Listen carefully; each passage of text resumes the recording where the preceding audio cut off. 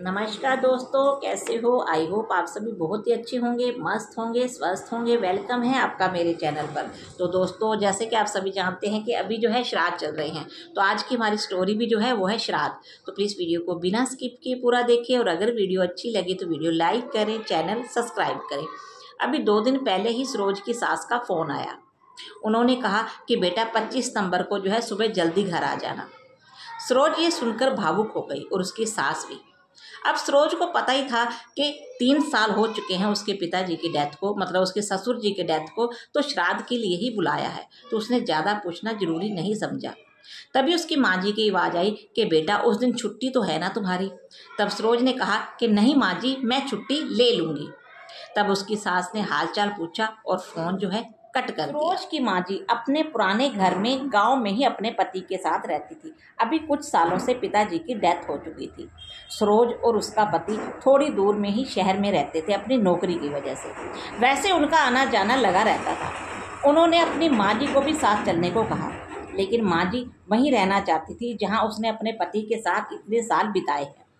और हर पत्नी यही चाहती है, वो उस जगह को नहीं छोड़ना चाहती। ये बात जो है सरोज अच्छे से समझती थी, इसलिए सरोज ने भी कभी ज़्यादा ज़बरदस्ती नहीं की साथ चलने। सुबह सरोज और उसका पति जल्दी उठे और नहा धोकर अपनी माँ जी के यहाँ जाने को तैयार हो गए। जैसे ही वो घर पहुँचते हैं तो क्या देखते हैं, माँ जी पोछा लगा रही है। सरोज ने अपनी माँ जी के पाँव छुए। माँ जी ने कहा कि हमेशा खुश रहो। तब सरोज ने कहा कि लाओ माँ जी, मैं पोछा लगा देती हूँ। माँ जी ने कहा कि नहीं बेटा, तुम नहा धोकर आई हो, तुम्हारे कपड़े जो है गंदे हो जाएंगे। जाओ तुम साबुन से हाथ धो और रसोई में खाना बनाओ। मैंने एक तरफ दूध चढ़ा दिया है और दूसरी तरफ जो है आलू रख दिए हैं। तुम जाओ और रसोई का काम करो। पंडित जी 11 बजे आ जाएंगे और तुम्हारे चाचा चाची, ताया ताई और उनके बच्चे भी आने ही वाले हैं। सरोज ने कहा ठीक है माँ जी। अब सरोज जो है अपनी रसोई में चली गई। अब सरोज की सास बाहर से आवाज लगाने लगी कि बेटा 3 लीटर दूध है, अगर तुम्हें कम लगे तो तुम और डाल लेना। सरोज ने कहा ठीक है माँ जी, पर खाना कितने लोगों का बनाना है और क्या क्या बनाना है? तब माँ जी ने कहा पंडित जी और उनका बेटा आएगा, और तुम्हारे चाचा चाची, ताया ताई और उनके बच्चे, और हम सब, बाकी सब परिवार वाले ही। सरोज ने कहा कि ठीक है माँ जी। तो पर क्या क्या बनाना है? तब माँ जी ने कहा कि अरबी की सूखी सब्जी, आलू मटर की सब्जी, बूंदी का रायता, खीर, दाल की कचौरी, दही बूरा, और सबसे जरूरी इमरती। दाल की कचौरी सुनकर मेरी आंखों में आंसू आ गए, क्योंकि पापा जी को दाल कचौरी जो है बहुत ही पसंद थी। अब सरोज काम करती रही और सोचती रही कि पिताजी को दाल कचौरी और खीर बहुत ही पसंद थी। जब हमारे दादा दादी का श्राद्ध हुआ करता था तो पिताजी कितने खुश हुआ करते थे सारे परिवार को एक साथ देखकर। अब मैंने अपने आप को संभाला और आंसू पोंछे और चुपचाप खाना बनाने लग गई। इतने में मेरे पति क्या देखते हैं कि मेरे माथे पर बहुत ज़्यादा पसीना आया हुआ है। वो ये सब देखकर वो भी मेरे काम में सहायता करने लगे। अब मैं धीरे धीरे जो है काम करती रही।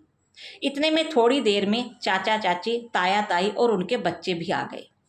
मैंने एक तरफ चाय चढ़ाई। चाय चढ़ाने के बाद मैं उनके लिए पानी लेकर आई, उन सभी के पांव छुए और उनको पानी दिया। ऐसे ही करते करते थोड़ी देर में पंडित जी और उनके बेटा भी आ गए। फिर उनको जलपान कराया गया, फिर उनको भोजन खिलाया गया। इतने में भोजन जो था तैयार था। उन्होंने बहुत ही शौक से भोजन खाया। पंडित जी खाना खाते खाते भावुक हो चुके थे। उनकी आंखों में आंसू आने लगे, क्योंकि वो पिताजी के बहुत ही गहरे मित्र थे। घर में कोई भी प्रोग्राम होता इन्हीं पंडित जी को बुलाया जाता था। आज पंडित जी देख रहे थे कि सब जो है उनके भाई बहन उनकी श्राद्ध के लिए इकट्ठे हुए हैं।